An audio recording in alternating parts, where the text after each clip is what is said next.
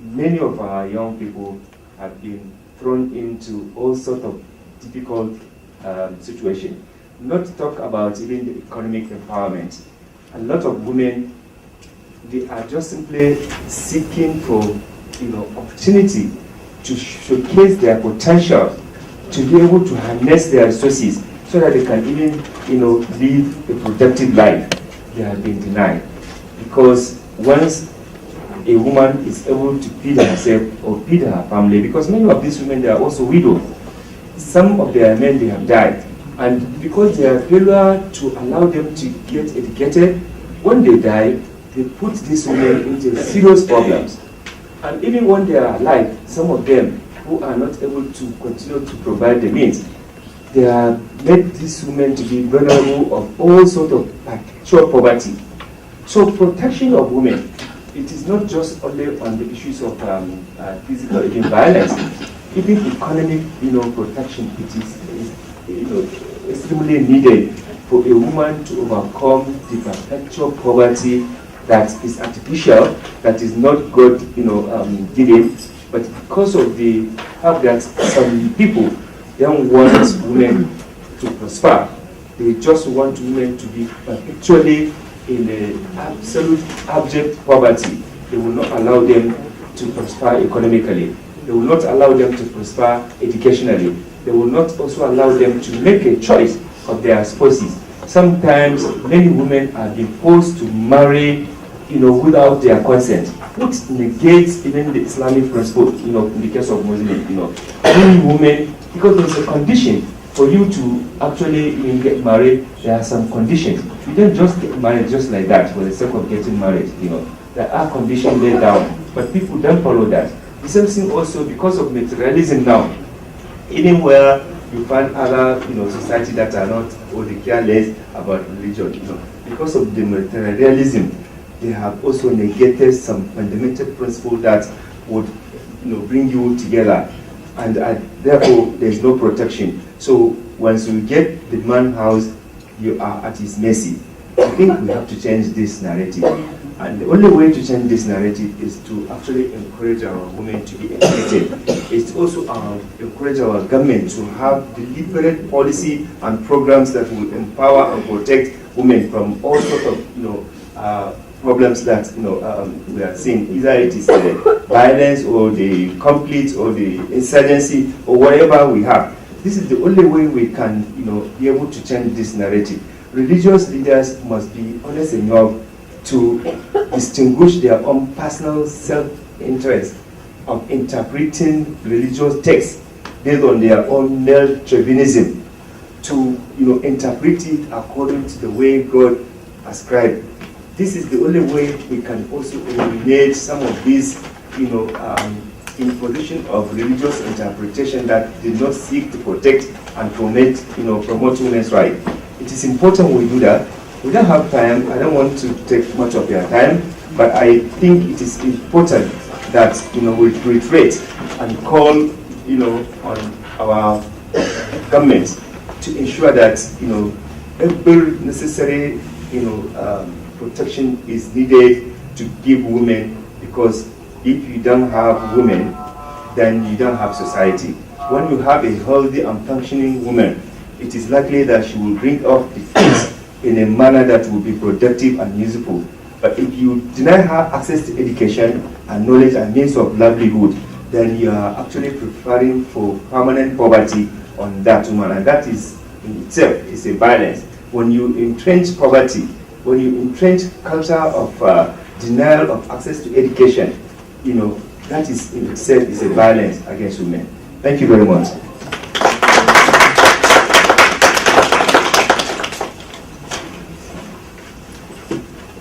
Yeah, thank you, Mr. Ibrahim. It's always good when men talk in favor of women. And I like him so much because he is always a he for she. He's very gender sensitive and has been advocating for women. So I thank you for that opening remarks. And I want to believe that this thing you are telling us here at the UN is also applicable at home. Thank you. So with this, I'm calling on the President, Pastor Tony Lawal, to come and give his hand.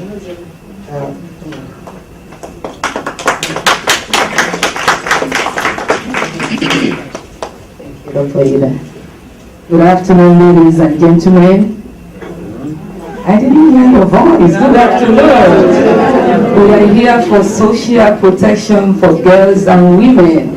And I can see that majority of us here this afternoon, we are women, girls, and men, the he for she.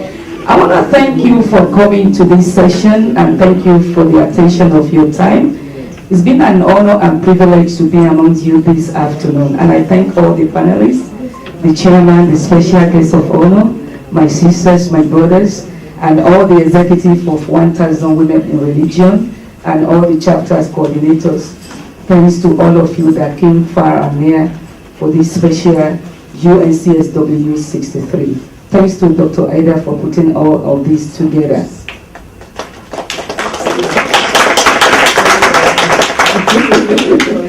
I know. All right. I want to ask you, how many of you here, you know maybe a woman or women or girls that has been violated or have gone through some troubles? Please, I want you to lift up your hands. I'm coming at something good. All right. Okay. How many of you, thank you so much. I will come back to that. How many of you know a woman or women that are widow or widows? Thank you. Wonderful. And then, let me go back a little bit. Probably maybe you know some girls or women that has been a victim of cash transfers. Can you please lift up your hands? Cash transfers.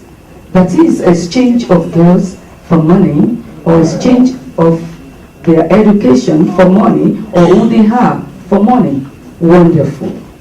These are all the reasons why we are here today, to discuss the impact of all these social negligence, negative things against women and girls.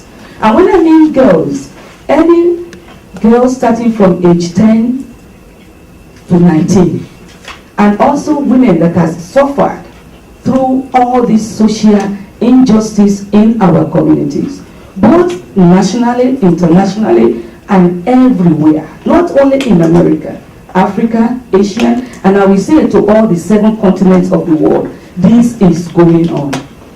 Our call today is called for action.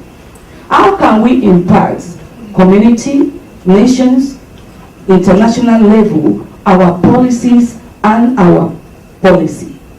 Policies, I mean collectively. Then policy, I mean what you also can effect to speak up on a policy regarding all these instances that we have given. Against women, against girls. A lot of us, we are educated, that's why some of us are here. We have many girls in our villages, in our communities, that has the opportunity, but they are denied the opportunity to have their right to go to school. I will be talking today just briefly about cash transfer because that really hit me. The beginning of this discussion by the panelists and all of us here is actually we are here to strengthen the social protection of girls and women. How are we going to impact the measures and the strategies? Together we can make the difference. Together our voice must be heard. Together we are here to make the nation, society, community know that women are powerful. Let me know if you're powerful. Can you just wonderful. The question now is, how can we use this program to better address gender, economic, and social risk? Now, we need to view the consequences that all our girls and women are going through around the world. We need to put a stop to human trafficking. We need to put a stop to sex trafficking, sex trades. We need to put a stop to women facing major economic crisis. We need to even put a stop right there at home. Women that are not even able to eat not even saying 3 square meals, 1 meal a day. Poverty. Because of denial. Because they are women. Because they know their rights, but they cannot exercise their rights. Many are suffering as you are even sitting right here.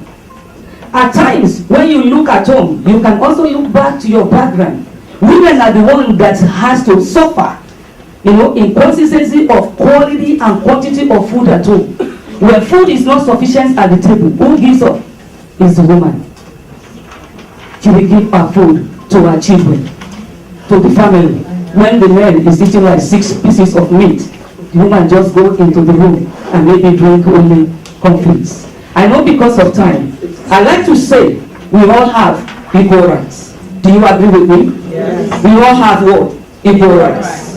And I like to say women's right is number 1 in health, and we need to exercise. For this forum, my plea to all of you is that we are going to exercise meaningful voice as women for the social rights and justice of women and girls. Thank you for your time.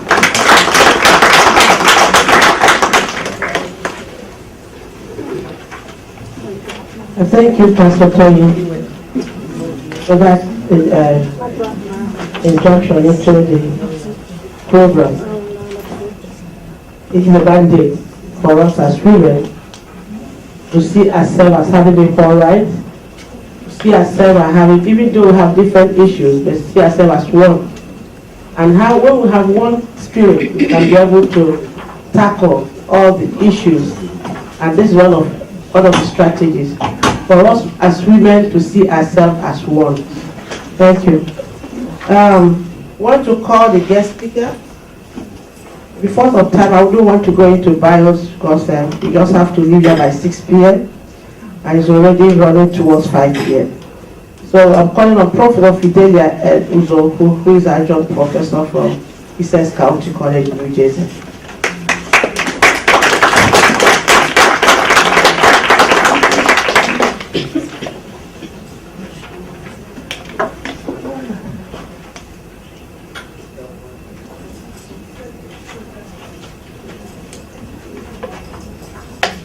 Good evening, everyone. Greetings. Very good to see all of us here and to support one another. I have been asked to speak on the topic, social protection of women and girls in religion with respect to economic enhancement of women.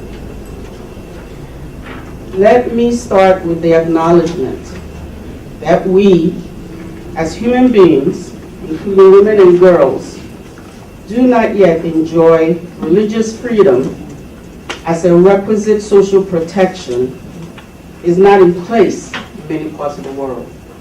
That's just a reality that we have to deal with.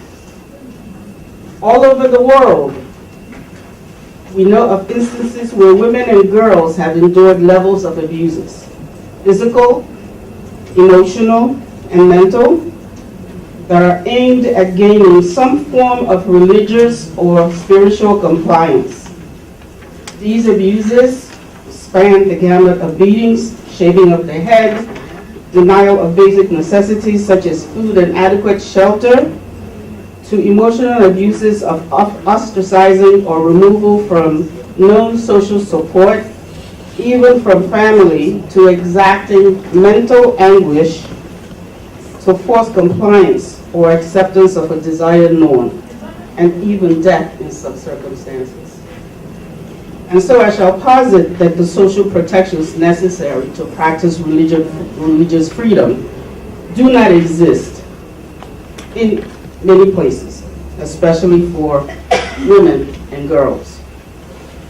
In many nations around the world, women do not have the right to education as their male counterpart, cannot hold some professional positions in trade and industry, cannot vote, are expected to dress in a certain manner, and walk 5 paces behind a male authority figure. These women are simply expected to be socialized to bear and rear children and maintain the family household by cooking, cleaning, and other household tasks. There is a dependency on male authority figures to provide for their livelihood. From a legal societal perspective, women and girls do not enjoy the same level of protections as men who are usually in positions of authority in the home environment or in society at large, and are able to dictate or parcel out whatever rights or freedom women and girls are allowed to have. As such, dire outcomes have occurred. Though the female gender is close to half, averaging about 48.9% in 2018, according to Wikipedia's demographic study of the world's population, and women outlive men by 3 to 7 years, yet the world in large part continues to treat women as second-class citizens. The irony of this is that these women and girls are the ones who are chiefly tasked with nurturing children. They bear an average rate of 2.5 children per woman, according to the USCIA World Book of Statistics. So they are tasked with the most important task in our world, without the respect and recognition and everything else that goes with it. We know from both scientific and empirical studies that women and girls who are educated or have some form of training, even informal, tend to raise the next generation of children to have a higher level of education, self-awareness, and some form of training or formal education that generally improves their lives. These conditions are also, these prior dire conditions that I talked about in terms of suffrage also heavily impact health. The developing and developed world still suffer high levels of infant mortality at 116.2 per thousand births in the better off countries, and as low as 1.82 thousand births in the countries that are a little well off. And this is according to the 2015 World Health Organization study on infant mortality. According to the World Health Organization, in 2018, they estimated that 25 cents daily is enough to adequately feed and maintain a childhood, is enough to adequately feed and maintain a child in the formative years of 0 to 4 and stave off most childhood illnesses that are rooted in inadequate nutrition. These problems can be overwhelming. They may appear insurmountable, but that is not necessarily the case. My mother once told me that if you have a large plate of food before you, you cannot inhale it all at once, nor can you eat it all at once. You must start in one corner and work your way through the plate. You must start in one place to begin to work. How then do women and girls, using inadequate level of social protection afforded them in religion, begin to enhance their economic condition? Each woman and girl must be met where their present need and challenges lie in order to build a foundation and then progress to begin to find a way to take advantage of opportunities that are either present or cannot be reached, or future opportunities that will likely come. We're largely not there yet. The basic needs are pressing and unmet. I want to use the theory of Maslow's hierarchy of needs, which was developed by an American psychologist, Abraham Maslow, in 1943 to illustrate this point. The theory of motivation by this American psychologist has become a highly referenced source of information for determining our needs. In the field of psychology, it explains that the needs need to be fulfilled at a lower level in order to move to higher levels.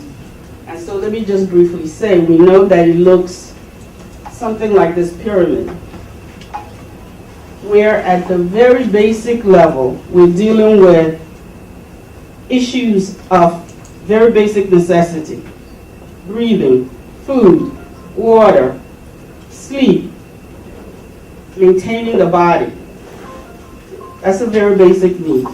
This is before we can even begin to consider safety, security of body, of employment and resources, morality, family condition, health and poverty. And then we can move into some more social aspects: friendship, family, intimacy, relationships, before we begin to consider esteem, self-confidence, achievement, respect for ourselves and others. And then we can start to talk about the very top of that apex, which is self-actualization. So you see, the point of the matter is that if a woman or girl has food insecurity, does not feel physically safe, has no permanent shelter, and no access to clean water, she likely is not ready to worry about fighting social justice and religious inequality. Even when these basic needs are met, but there is still lack of employment, resources, and health care, she likely is not ready to worry about and immerse herself in activities devoted to fighting for religious freedom or lifestyle. This is where some external resources can come from: familial sources and agencies, like some represented here before, to begin to supply the infrastructure needed to face the basic need of good quality air, food, water, sleep, human evacuation, and maintenance needs. Then we can build on that and begin to climb to the next level and address safety, security of body, health care, employment, and owning property. As we meet these needs, to belong, building self-esteem, and finally wrestle with morality, creativity, freedom, and to have spontaneous expressions of self, in that quest for self-actualization can begin to happen. In the end, and to reach an individual apex or self-actualization, each individual woman and girl, in very fundamental way, aims to reach full potential. Being truly self-actualized is an exception. And there are some characteristics that maybe we can go into the question and answer session that we can talk about, that you can use to determine where you are on this ladder. So let me conclude by saying that we have much to do. But like my mother told me, you start from one corner, from one problem, to give yourself a path to eventually deal with the rest. You start with the most pressing and prioritize in that manner, and then you can move to the point where you can start dealing with issues that are outside of the woman. We've heard of programs that give microloans. We've heard of programs that give a cow so that there can be milk and food items in the home. These are the small steps that can be taken to meet these unmet basic needs. And then we can start to move to a place where a woman can actually come into her own and begin to think of self-actualizing, because it's very important for the next generation. An exposed, healthy, educated woman brings forth in this world exposed, healthy, educated children. And so it is incumbent upon us to recognize this to be the fact and to prepare women for this daunting task that's before us, because it truly does rest in our hands. And so in support of one another, we have to start finding steps and ways to encourage one another to begin the journey. It's not an end in itself. It is a journey that we embark on, that we work on, until we get as close to perfection in this world as possible. Thank you.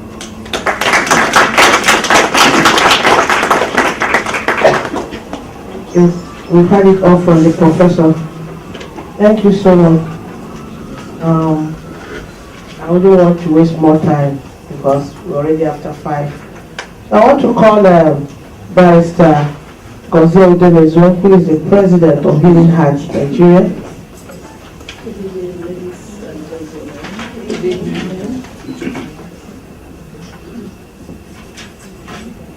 This evening I'm going to, members of the high table,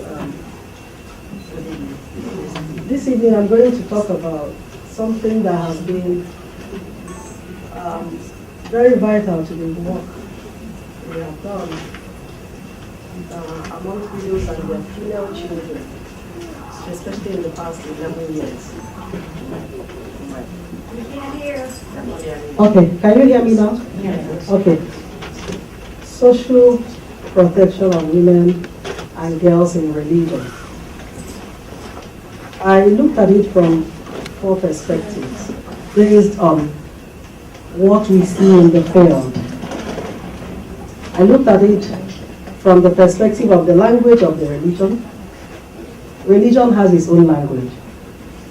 I looked at it from the misinterpretation of the actions and of those languages. I looked at it also from the perspective of the actions and inactions of the key players in the religion, the stakeholders, the religious leaders, and the members as well, and even the women and the girls as well. And then the reaction. What happens when all these things take place? I noted a statement talking about language.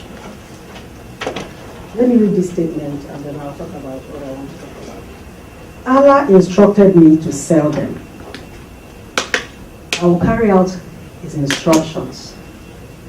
Slavery is allowed in my religion, and I shall capture people and make them slaves.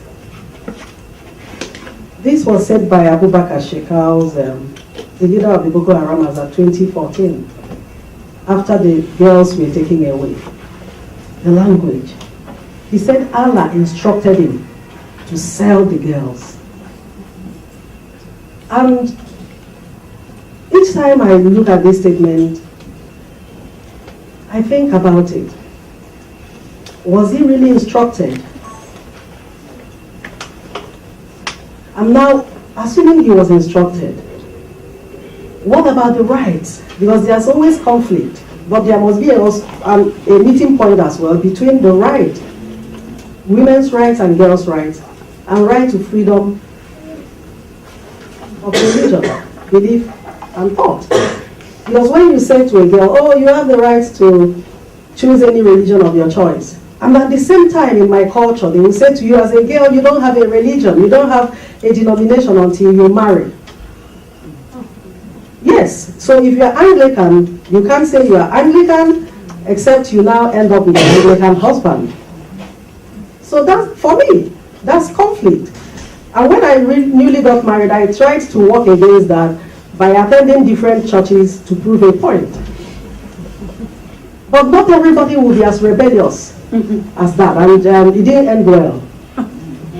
And so the language of religion is a language. I'm sorry, this is my opinion. It's not the opinion of Healing Hearts Widow Support Foundation.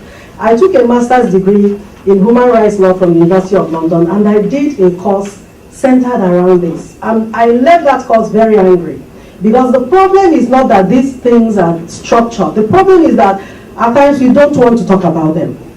When you address those issues back home, they see you as a rebel, that you are speaking against God. Listen, I'm sorry. There's a difference between what the religious leaders think, the Sadducees, Pharisees, and CCC. There's a difference between what they think of women and girls and what God thinks of women and girls. There's a difference. But the problem is this: over the years, these things have been manipulated to suit the whims and caprices of those in authority. And so we dance to those. What do we do with the language? The one that is causing problems now is the language of submission, which for me is subjection. Because what is causing problem is, oh, submit, go to marriage counseling meetings. between the priest and the newly about to be married is tilted one side. And so it empowers one party against the other. And now, during the wedding ceremony itself, listen to the sermon. I don't want to go into that. Just find the wedding ceremony and listen to the sermon. And so most times, in order not to confront a priest, I step out. Now, when there's going to be a divorce, maybe because of violence, no woman in my culture leaves her marriage except she's threatened with death. They rather die bearing misses than being referred to as that divorced one. But when it's time to make that move, another language creeps up. And that language is God hates divorce. The same God hates murder. Right. And so when a woman sits, because religion frowns at this and that, and then her right to life is threatened. Oh, you know, we can't talk about religious freedom and the rights of women without being very practical. We see it every day. You counsel a woman and say to a woman, okay, don't divorce, just have a kind of judicial separation. And when everybody's temper has cooled down enough, you return to your marriage. On the other side, the religious leader says to the woman, God hates divorce. We need to begin to do something about the language, because most times that is a major problem. Now, the misinterpretation. There's no standard. It cuts across all the religions. Different sects, different denominations. You go to some denominations, they allow a woman to offer you Holy Communion. You go to some of them, a woman shouldn't even come close. You go to some of them, the women, I've been to places, women on one side, men on one side. Why? A man comes to church with his wife, sits on the other side. That speaks to the woman and speaks to the man. You don't need to tell them that there's segregation and discrimination after that sort act. And then when you walk in as a rebel and decide to sit with the men, the women look at you as if you are crazy, because we've been indoctrinated. And no woman had ever gone to sit there and was chased away. But because we grew up seeing our mothers sit, why should we sit differently and then we come back at night and sleep on the same bed? We might as well have two beds. And so a lot of the things we misinterpret. Some will tell you, oh, Jesus said you shouldn't do this. But the same Jesus was at the well of Samaria and spoke to a woman who had no husband after having, I'm not a pastor, but I read these things. And so if he was anti-women, action and inaction, what are we doing? I keep saying it, we keep talking about these things. How many of us women coming to this event from Nigeria will go home to see how we can, not by violence, but let's see how we can change some of these things. Because we walk into the churches believing that, you know, we have been raised in a certain kind of way. I remember the first time I went to church without covering my hair. I felt guilty, like I had killed someone. But now I do it without feeling the guilt. And then I went to a church in Abuja about 4 months ago, and they said, oh, if you had covered your hair, we would have given you a front seat, not far from the pastor. And I said, well, I didn't cover my hair. And the guy said, but I can see scarf in your bag. I said, you are invading my privacy to be looking inside my bag. I didn't want to cover my hair. And so some of these things are things that we have seen. And we might laugh over them and think that they are immaterial, but they are not. They are not. I listened to Prof, I listened to her presentation. We can't have these things done. If you get married in a church that believes that a woman's voice should not be heard, and you come home with the husband, and suddenly you want to go out there to pursue your vision, when your voice should not be heard, these things run down to the families and to the way we raise our daughters. Because we are transferring this to our children. We are raising our daughters to know that you keep quiet, you don't do this, you don't do that.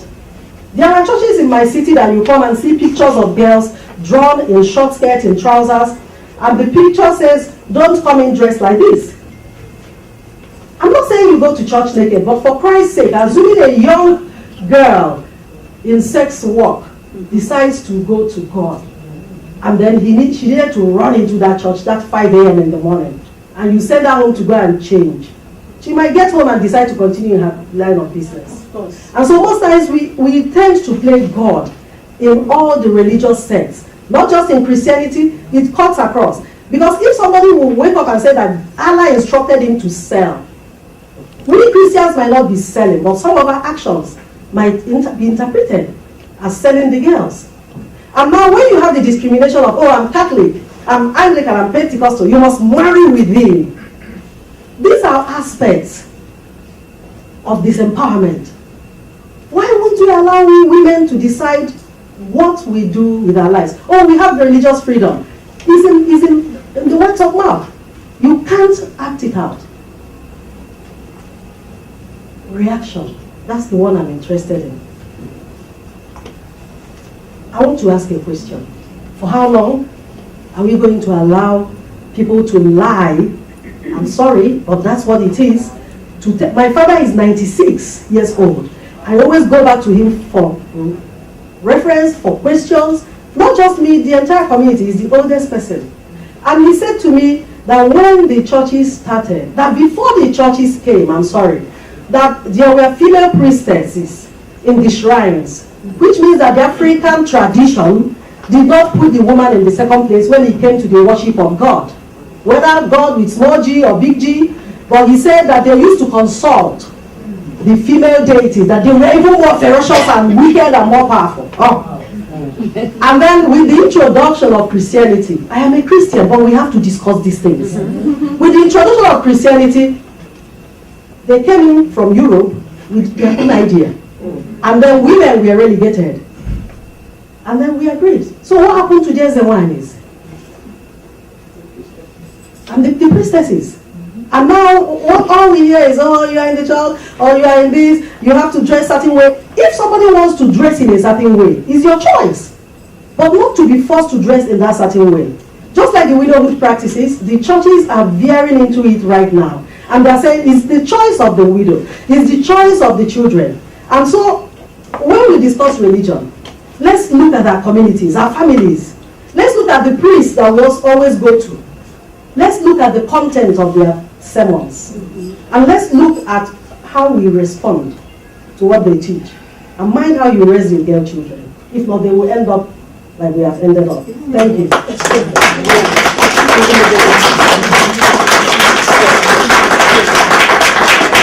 Wow.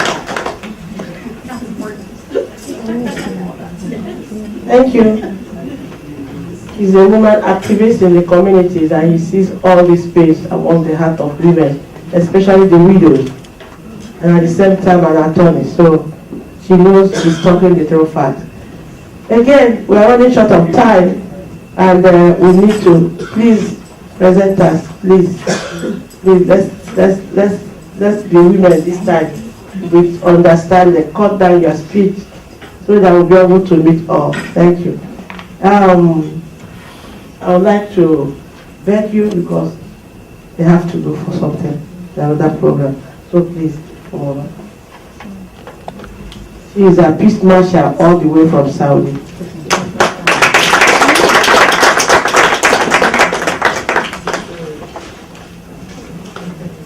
Good afternoon, everybody. My name is Hayat Shihab. I come from an international organization for welfare, relief, and development. I'm the general supervisor of the women section. Of course, in our country, men are separated from women, as she said. But it's Allah's, our God, Allah. This is the orders we receive in our holy book, and we are stick to the orders of Allah. We are obeying our Lord God. Okay. I am, asked to talk today to give a speak about the social protection policy for women and girls in Islam. Women's rights in international organizations such as the United Nations have ratified through a number of conventions as CEDAW's, Peking conventions, a set of rights for women. But of course, women were granted their rights in Islamic Sharia more than 1400 years ago. Women in Islam, women are the reflection of society, manifesting its progress, development and advancement. As much as the society observes the rights of women and pays attention to her education, future generations are enhanced. Therefore, the rights of women are not just a humanitarian issue, but a national issue that is linked to the various intellectual, political, and economic fields. Social protection of women in Islam. Islam provides social protection for women. I'm going to put them in points as we are running out of time. I was told just to have 7-8 minutes. So, number one, the right to exist and to be protected. Number two, the right to education. Number three, the right to inherit. Number four, the right to choose her marital partner. Number five, the right to trade. Number six, the right to financially support it. Islam has given full rights to women and lifted the burden of humiliation that they suffered through history. In Islam, women enjoy full humanity with eligibility of full human rights. Islamic law admonishes following lusty desires, prevents prostitution as protection from vulgarity. It encourages her to be an effective element in the development, cohesion, and integrity of society. Therefore, social protection has been accorded and made enforceable. We'll talk about number one, the right to exist and live. Such protection includes the rights to exist and live. Before Islam, before 1400 years ago, Arabs had a custom of burying their daughters alive, to bury them alive when they were born. This is Arabs before Islam. However, more than 1400 years ago, Islamic legislation protected female children. The Quran has a decisive position on the right of life and respect for her humanity. قال تعالى وَإِذَا الْمَوْءُودَةِ سُئِلَتْ بِأَيِّ ذَنْبٍ قُتِلَتْ. This is a saying, a verse in Quran. The Almighty said, and when the girl who was buried alive is asked for what sin she was killed. This is a verse from the Quran. Of course, in the day after. Now, number two, the right to education. Girls have the right to education from Islamic legislation. It is an obligation owed to her. Our Prophet, peace be upon him, says, any man who has a female child and he educates her in the best way and brings her up disciplined will have two rewards in the hereafter. Another saying for Prophet Muhammad, seeking knowledge is obligatory for every Muslim, male or female. It's not only male. Okay, most everyone today knows that the words hadith, which is the saying of Prophet, we call it hadith, and Sharia, the Quran and hadith, the saying of Prophet and the saying of Allah, which is Quran. But they don't understand what they mean to a Muslim. It means that hadith to a Muslim is law. It is law. We have to stick to it. It's to be acted on and followed just like other countries have constitutions and laws which citizens must follow and obey. So Muslims must follow the commands in the collections of hadith. When hadith says that seeking knowledge is obligatory in every Muslim, male or female, we have to be educated. If the government finds any family and there are many daughters or even one daughter, she is not going to school, they will be punished. They will be asked why. She should go to school. In my country, of course, we have universities, we have schools, elementary, intermediate, secondary school, but separated. We have universities for men and we have for women. I have studied in university, I got my PhD, We have scientists, we have doctors, we have lawyers, we have pilots, women. All this in Islam. So why do you say that? Why they are separate? This is our religion. This is our faith. We have to stick to it. Okay. Number 3, her right to inherit. This is number 3. Females were given the right to inherit under Islamic law. Centuries before, women globally were given any rights over themselves.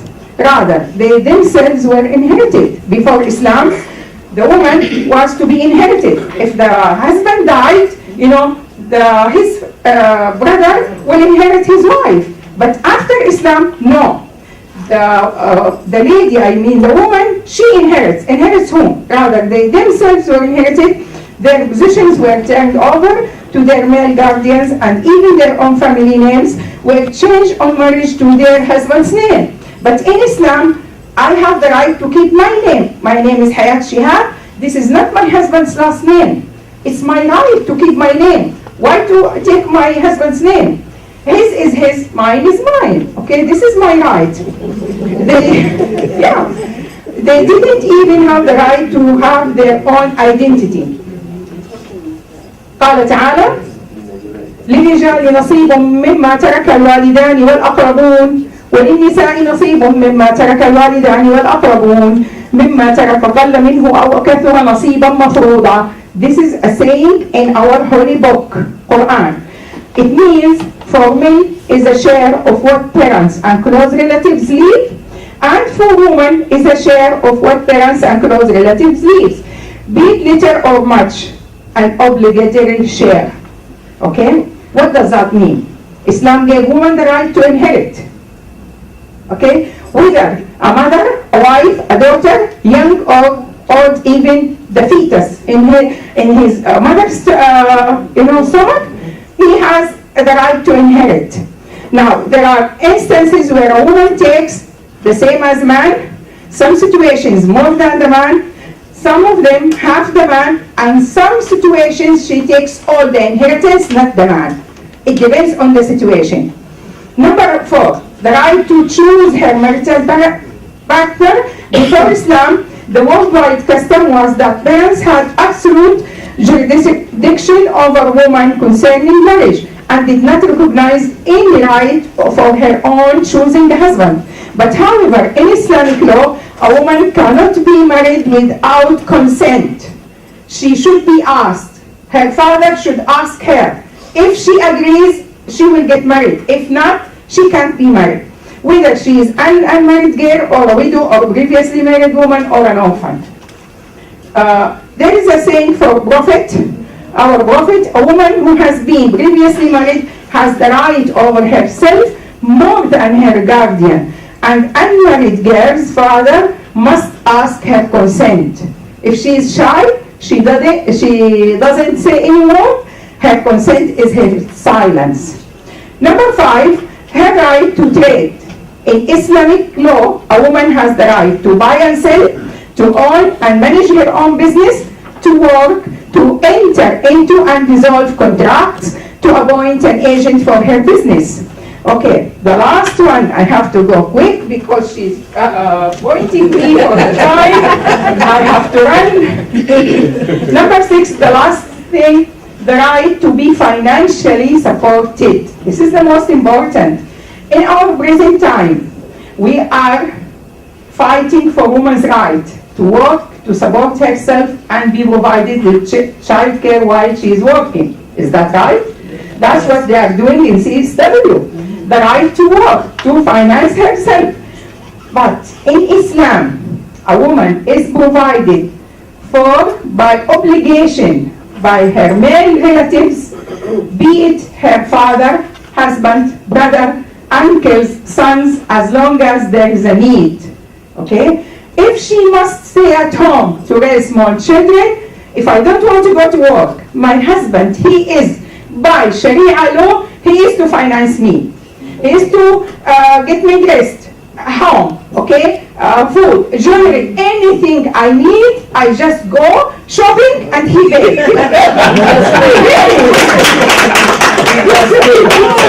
I'm not kidding. This is the Sharia. This is the Islamic law.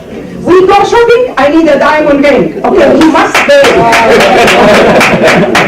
No, it is in Islam. I'm Muslim, so I disagree with many of things. If we read it in Quran, you will find it. Okay, I go over it quickly. For me, I don't buy anything for myself. He pays for me. Okay. If she must stay at home to raise small children, she has the right to maintenance for her housing, food, clothing, and all needs, and this obligation falls on the male relatives. If they fail in this responsibility, it is something she can claim in the court. You can go to the court and say, he's not paying for my living.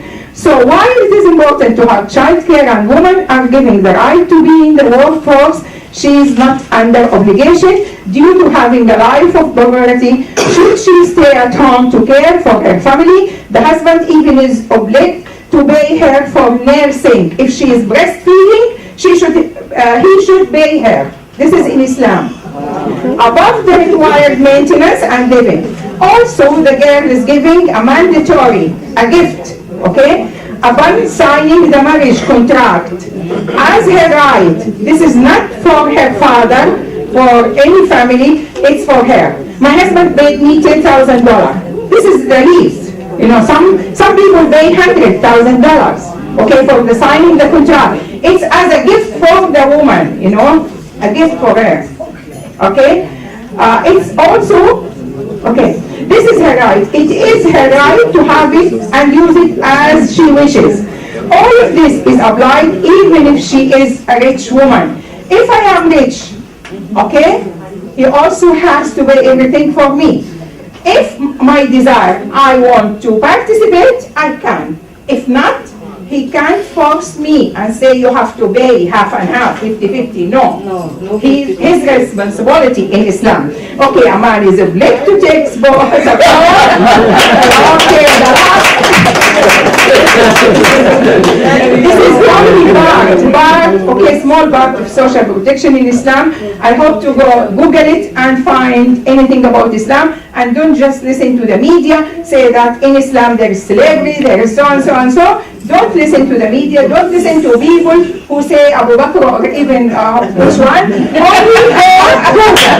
Yeah, please take it from the correct source. Okay, thank you. Thank you.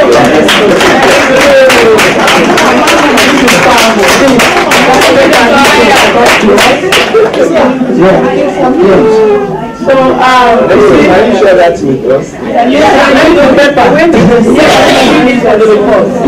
okay. So, you see what a lot is not to do.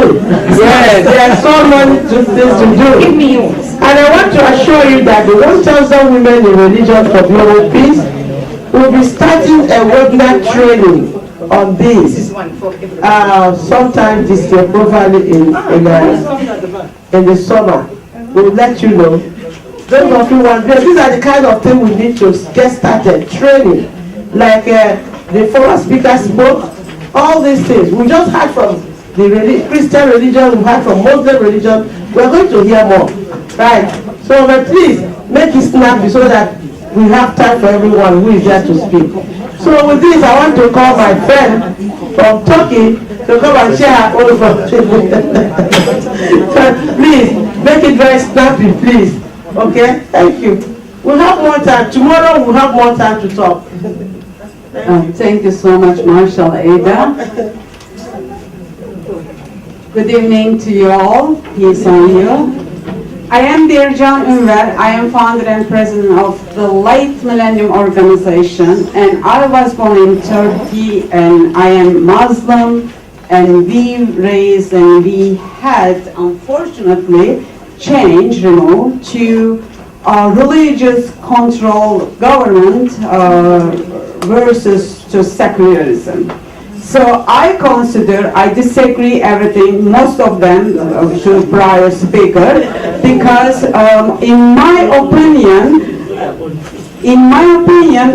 because we are talking about social protection for women. We are talking about the protection for girls. If the Muslim religion, fundamentalism, extremism, in any form of religion, if it's pushes, the girls from starting 3 years old, making mandatory to cover up, and then the segregation starting the pre-K, and then saying, defining this, and object to freedom of religion in this context, that is not freedom of religion. Is that girl has a decision capacity to decide whether not to wear or go to 3 years, and education also has always to edge of sword, because education, what we mean by education, yes, girls might go to be sent to school, but really do they have scientific, logistic, questionable, or dogma, brainwash, and they become obey, and even they can't think themselves, like the followers of something. So it doesn't. Secularism as a government system, I consider that it is really the best political system in the world, because it embraces all religions and not dictating one religion over another. It respects the lifestyles. It doesn't dictate whether you wear the hat scarf, or you wear the short, or you wear the all cover up, because when I was young, if I have this dress over, and even though that time was a little bit much more modern, and that someone may chase me after work because I'm woman and going from work to home, because after 8 you're not, according, especially uneducated young male, if you are turning late hours home, it's not safe. So now it has become very, very dense and threat to girls in the buses and subways and metros. It's happening every day with the short, and then they are kicking, or the young males kicking girls, and then it went to court, and because court is also aligned with the religious fundamentals approach, and then they don't do anything. So if the religion dictates, not to shape the lifestyles, development, it's not a free will. And when the free will comes, really when you match, then you understand. It's not like when you're brainwashed and dictate when you are 3 years and all. So in terms of social protection, it came out at the UN during the Millennium Development Goals. And then sitting now, it came back again, which is great. But we don't hear really, despite of the Sustainable Development Goals, despite of we are going to have this event on peace, women, security, and secularism. Again, we're going to collaborating with Dr. Ada Okika. 1325 supposed to provide security, right? And SDGs and MDGs. Did it? And Sharia, does it provide this security for women in the Islamic world? No, I'm sorry.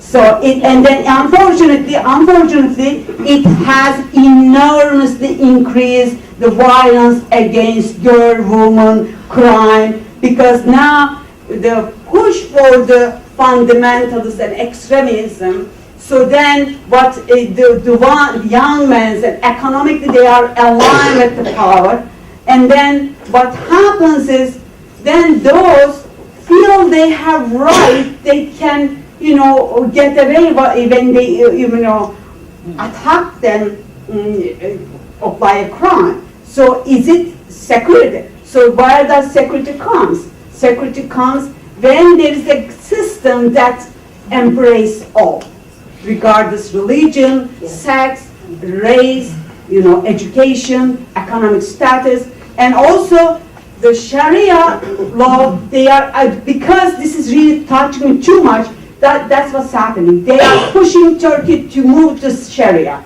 No, I hope that's not going to happen.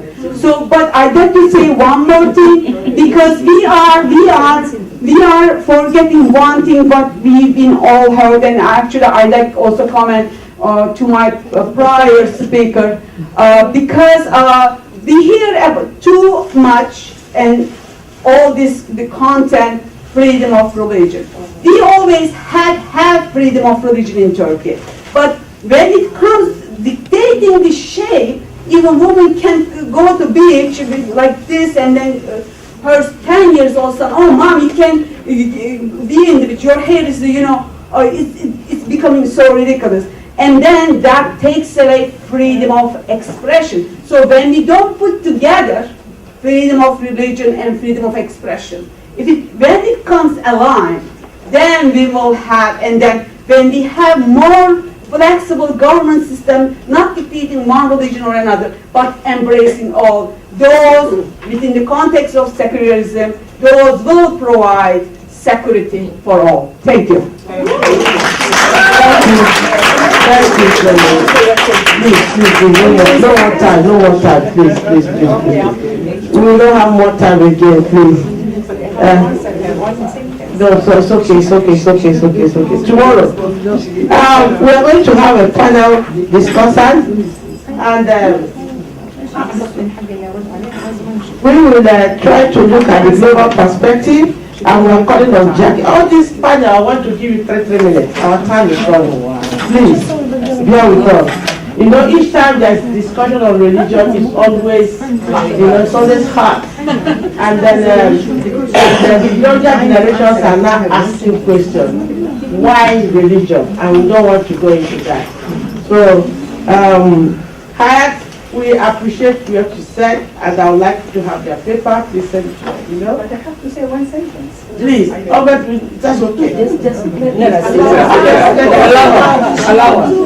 I don't want this to go into Just one sentence. Just one sentence. We have been asked to talk about women protection in Islam, not in Saudi Arabia. We are not talking about Turkey and Saudi Arabia. If people are not applying Islam correctly, it's not the problem of Islam. I was talking by verses, by saying from the hadith, from Prophet Muhammad, that is Sharia. Every word I told you, it's from our holy book. It is Sharia, it is Islam. I'm not talking about Saudi Arabia.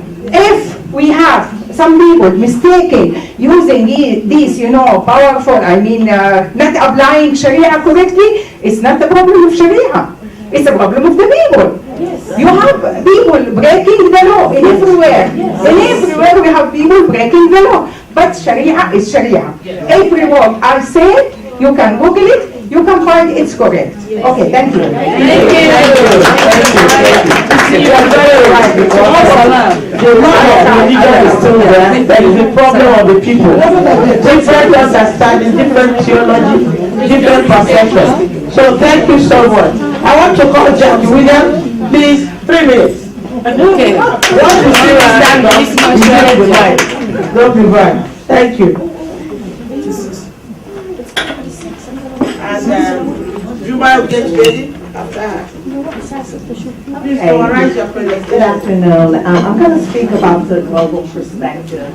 So as I travel to different countries, what I'm noticing is that global women, we all want the same things. We are more alike than we are different.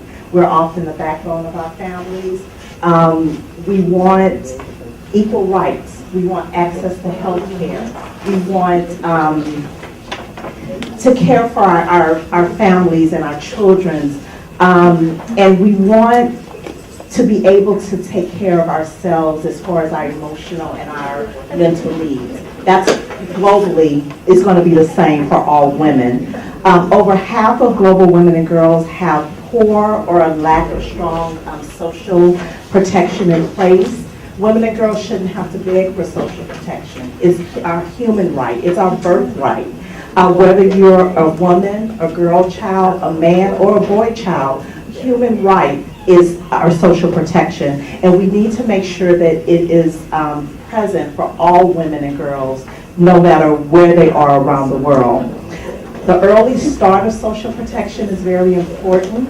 We know that for the development of girls and for adolescents, starting at a young age, having those social protections in place is going to determine the trajectory of that girl child into adulthood. So if we have a lack of protection, that's going to result in traumas and fears that's going to tremendously impact that girl child's life when she becomes a woman.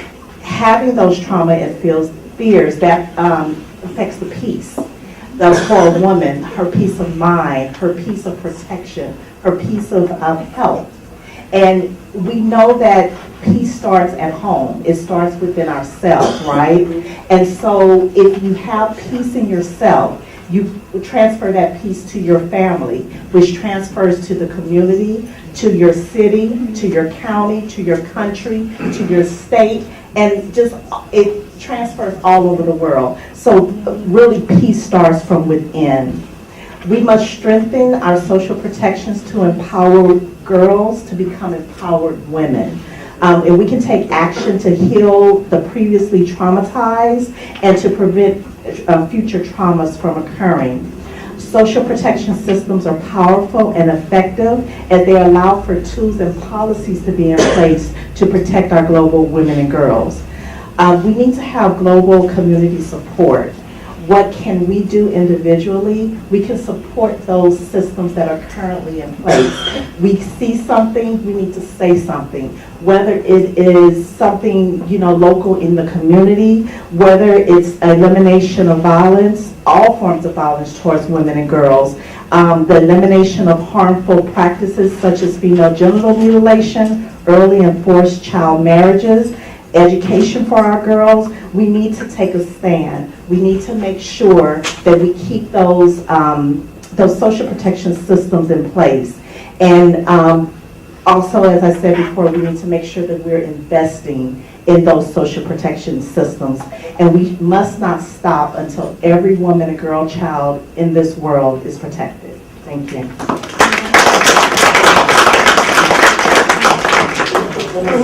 Yes.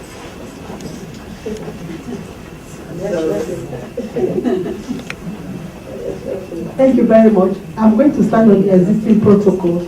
I won't go into religion as such, but I'll just let you know a little bit of what we are doing to indirectly help people understand what the both religions are saying.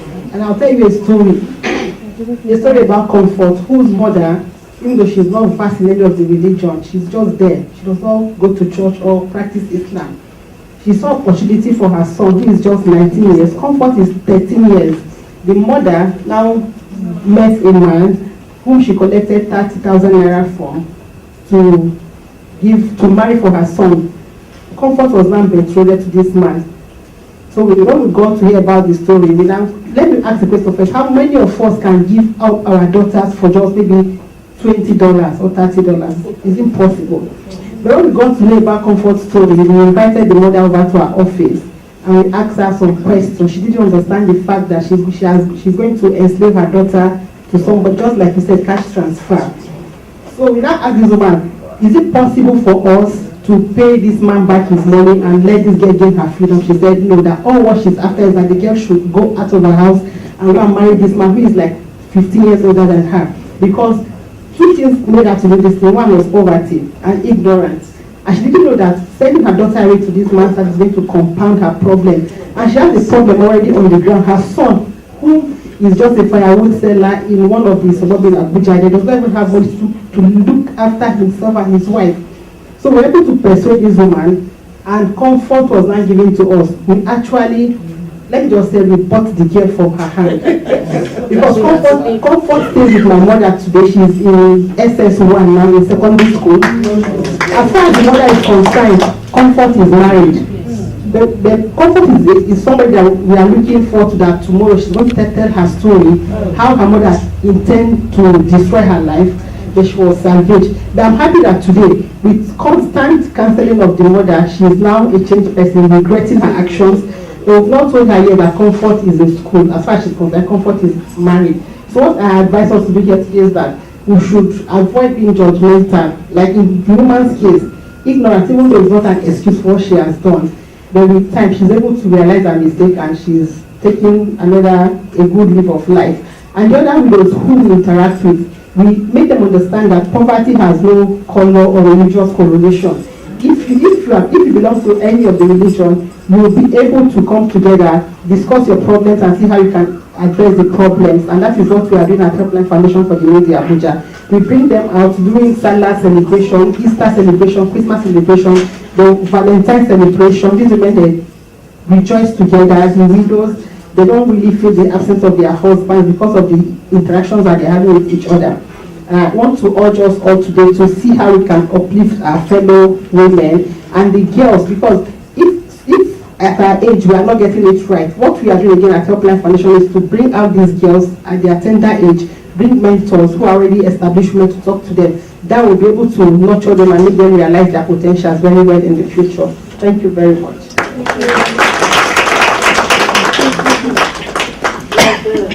Come on, just read if it's 2 minutes. Thank you. So this is a story of someone who is not even in any of the religion. She just told us. Yeah. This is non-Raja, Hindu religion. Thank you very much. A very good evening to each and every one of you. I was willing to give up my slot because the time is going, and I respect the time, but still, as I'm here, I should say a few words. Just very quickly, I'm here to speak about this issue from a Hindu perspective, and this is something which is not widely known because, unfortunately, I have to say that our people are reluctant to get involved in the wider community. I don't know why, but this is something we are trying to change. So I'm very happy that you all are doing this, and I'm happy that for the first time I'm here. I'm the second male speaker, the second one. What does it show? It shows that all of us have to be involved in this. It's not only females, but males have to be involved. That's why 2 male speakers are here. This is the reason why all of us have to be involved in this. Now, very quickly, it is a fallacy in the Hindu religion to believe that we worship different gods and goddesses. I have to make that very clear. We believe in one supreme divine being, divine entity, which is referred to as God, universally. But that God has unlimited powers and potentials, and therefore people in different parts of the world have conceived that supreme being differently and called by different names according to their own language, and so on. So that is what appears to be different gods and goddesses is actually different representations of one supreme being. And I'm very proud to wear this. This is a female representation of the supreme being on my shawl here. So what does it mean? That we revere, we recognize that the supreme being has female aspect. In fact, there is one prayer which every Hindu ceremony has. I've never been to one where we are not required to recite this prayer. And I just say one line in Sanskrit very quickly. Tvameva mata cha pita tvameva. It means, you are my mother and you are my father. But what the order is deliberate. You are my mother first. You are my mother first, and then you are my father. Who is the first parent we have contact with? It is our mother. She is the one who nurtures us. She is the one who goes through the suffering to bring us into this world. The father plays a part, yes, but it is the mother who plays 90% of the role to making us who we are. And therefore, we revere the Almighty God as our mother first. And therefore, it is the most base hypocrisy to subordinate women in our society when we are worshipping God in this way. The second thing, just 2 more points very quickly, and I will conclude. One, when a Hindu marriage takes place, the father of the bride exacts a promise from the groom in a very private setting before the actual wedding takes place. And he tells the groom that you must not discriminate between your daughters and sons. Why? Because if I did not have a daughter today, you would have nobody to get married to. So how can you discriminate?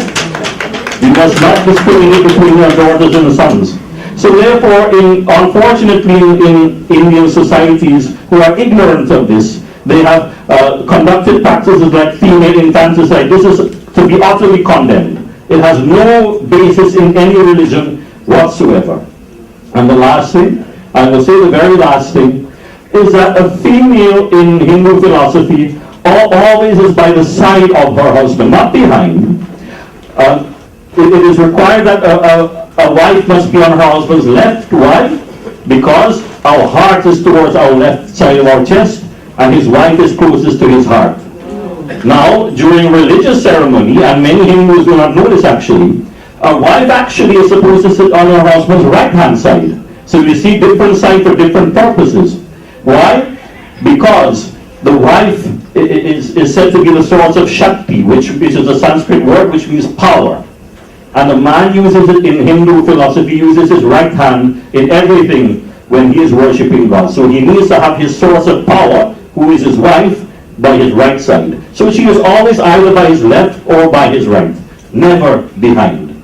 So if we imbibe these things in our societies, then hopefully we can move one step. As was said before, we cannot do it all at once. And we all have to come together, the different philosophies, come to a mutual understanding that we can put the best of our philosophies together to achieve the objectives that this wonderful organization is trying to achieve. So I thank you for giving me this opportunity. Thank you. Yeah, the last speaker, Chairman for Social Perspective, Trust March for Women and Children. Let's see whether this will bring us back. Yeah. Yes, my fellow discussants and then beautiful ladies and men in the hall.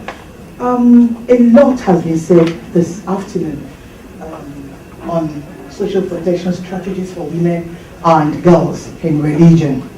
But mine, I want to take it on this side. Every year we come here, this is CSW 63. So we've done 1, 2, 3, 4, 5, 6, and this is 63. So next year again, we're going to do 64. From last year, what did we do differently?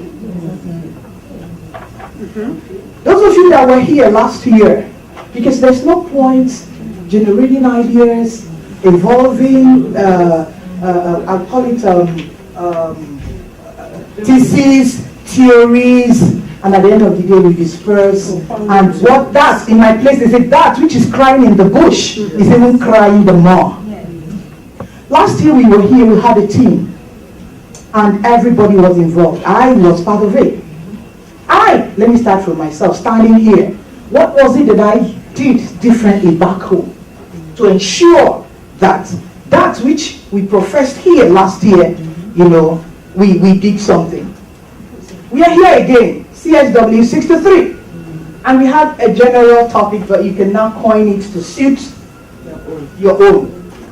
This one is social protection strategies for women and girls in religion. And we had beautiful speakers lined up here talking, and I'm also out here to talk, maybe to add spice to what has been said. Now, from what we have heard here, how many of us that have listened can beat our chest and say, we've heard this. And we're going back home to make sure that by the time we come next year, we'll have a report and say, yes, I did this. Yes, I advocated for this. Yes, I met my senator on this and this is what I said. Yes, I saw the assembly person and this was what happened. Yes, I did this and that and that and that. I asked this question last year, and I'm also asking this question this year. It will only gladden our hearts if at the end of all of this session, 2 weeks plus, as the case may be, we go back and then come back next year and we'll start sharing ideas. After this thing, look at what I did. In my country, I did this. We did this and did this, and that shows that we're moving forwards. But if we keep rolling round and revolving round and round and round, we talk about, I enjoyed what the other lady said here, about in the church, you do this and that, this one, that one, and you still go back and it's still the same thing. That means we're not making any difference. So we should be talking about now, how do we move from where we are, point A, to point, not even to point B, C, D, so that, we will be seen as really doing something. Though I know we have our limitations. We have maybe hindrances, we have 1 or 2 things that are stopping us. But how pushful have we been? I can take an instance. we keep talking about female genital mutilation, female genital mutilation. In my country, Nigeria, we have just few states. I think it's about we're about 36. We have about is it 14 or thereabout that domesticated, FGM. Since then, that's about how many years? And that is where we are till today. What is it that we are doing differently to save the girl child? If you're from my country, you can come and take this microphone and tell me. Every year we come and we tell ourselves it's 14 states, 14 states. How about the other states? Every year 14 states. Why can't we make it 15, 16, 17? Or even the entire state? I'm just talking about my country. I don't know about your country. Now we talk about a woman, when the husband dies, nothing goes to you, everything goes. It's been revolving in my country, in my state. Since when I was born till today, nothing has changed. If you're from my country, you're here, and there's something different, please, I stand to be corrected. Now, you get married, and I decide to attach my name to my husband's name. It's a big problem. Yes, she's a feminist. Yes, she wants to rule. Yes, she wants to be the boss. If you're from my country, and then you can answer your name after marriage, please, I stand to be corrected. Yes, you can. Yes. You can. Please, where? Which country is that? No, you're talking about, we're not being, I don't want to bring, I'm talking about generally. Globally? Yes. A lot of women do. A lot of women do. Yes. I would want. Changing. No. I mean, that's why we're here. Yes. That's why we are here. It's changing. Okay, fine. So if it is changing, yes. we want more. Yes, we want more. General perspective when you're trying to do that is that you're a feminist. I have been accused. Oh. General perspective when you try to do that. So you see, what I'm actually talking about here is this: we need to push. We need to push. We need to push harder. But I know that if I, standing here today, decide to answer my name, I am an Igbo person. My husband's name is Udebunam. I even added his name. But I said, I will remove it. If Nigeria likes, let it fall. But I know it will not fall and nothing will happen. I added his name, Uzo. His name is Uzo. His surname is Udebunam. So I had to join the two to show that I am. Yes, I am. My Yes, sister, yes. I answer my own. You see, you're so lucky. I answer my own. You are so lucky.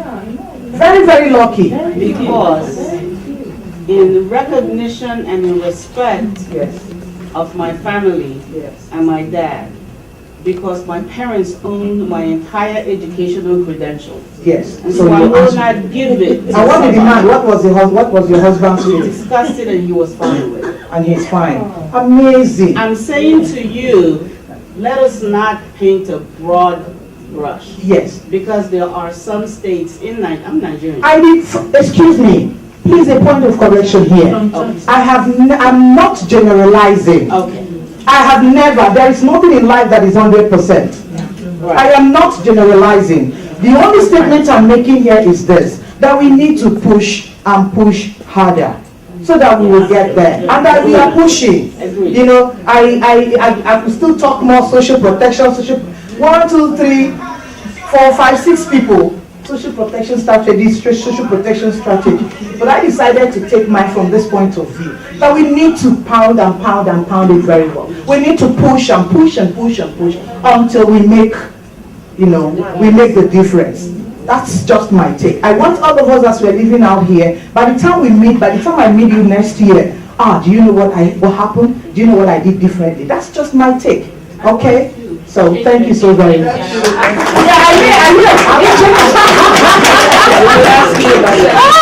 Oh my God.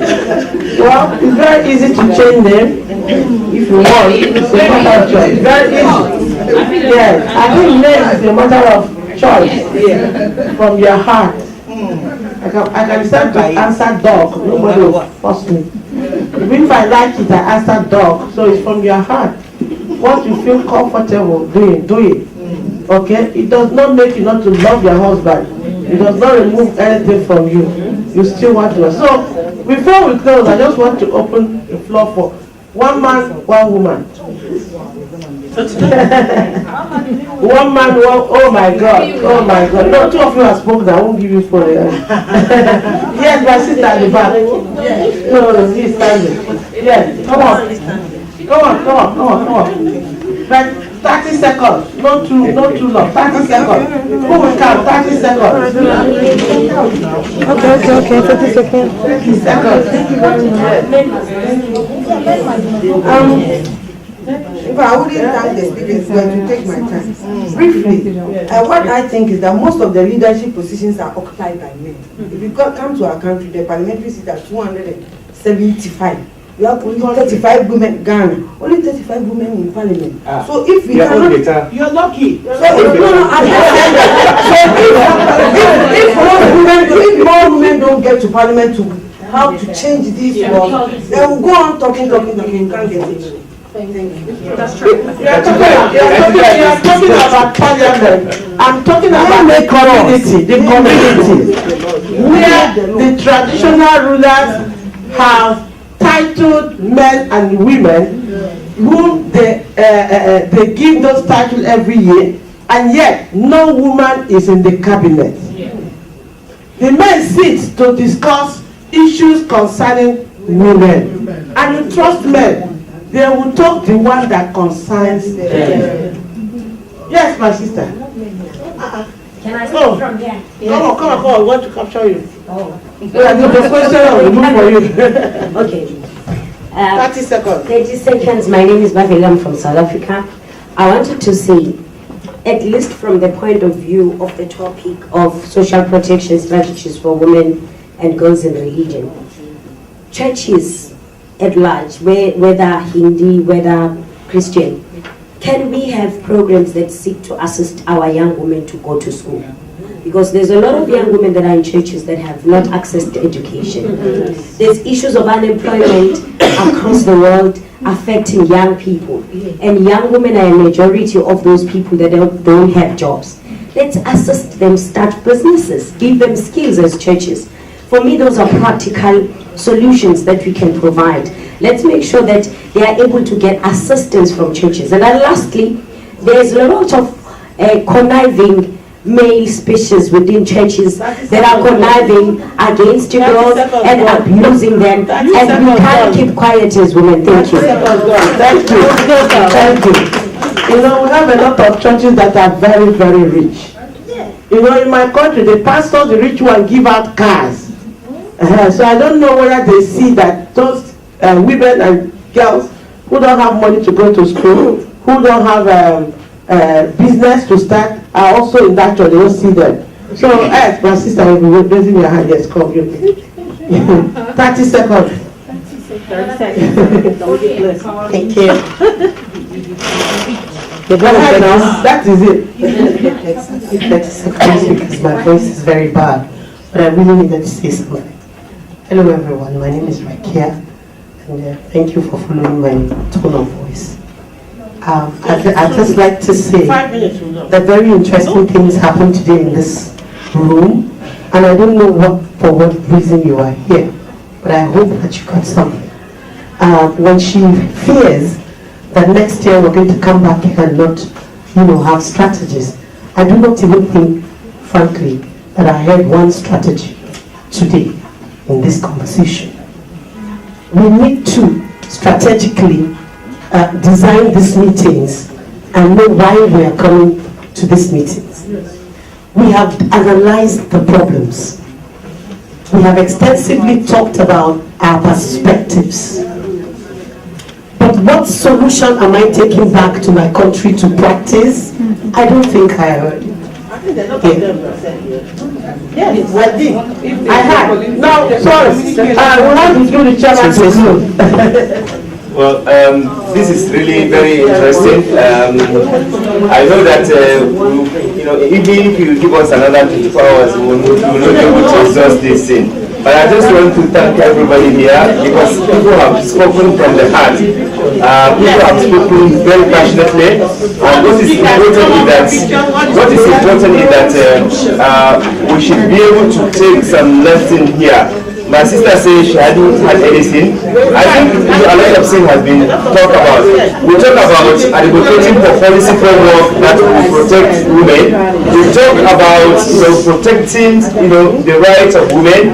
We talk about a lot of issues. Maybe that hasn't come clearly in our own minds, but I think by the time the report is done, I'd make sure that you circulate the report of this meeting so that it will help people to understand some of the issues that are being canvassed, so that people can actually have some takeaway to do that. But I want to sincerely, thank everybody here because this is really a very passionate, very interesting topic, and I think, there's no way we can make any progress without, dealing with these issues. People have spoken from different perspectives, and all we need to do is to see how we can galvanize this action to make sure that we protect our women and young girls, wherever we find ourselves. So on behalf of the organizers, and I want to thank, all the, professors here that have spoken. Yes. Can I say one thing? I just want to say one thing before we formally close. One of the things that we women tend to do is not appreciate our own power. Please, let's go ahead and hear it. We need to appreciate our own power. We are the ones who raised these men. Let us take back that power and begin to teach them these things that we respect and recognize that we do have the power to do that. That's the one thing I wanted to say before we left. All right, thank you very much, and have a safe trip. Please know there's a similar event that is taking place at 10:30. Chema, do you have any flyer? What's the venue, ma? Do you remember the venue? What's the venue? 43 ways, 10:30. We're also going to have another exciting and interesting conversation, and we are hoping that everyone will be able to come. Thank you. Have a wonderful evening. Enjoy yourself. Bye. Please, what's your name? Satish.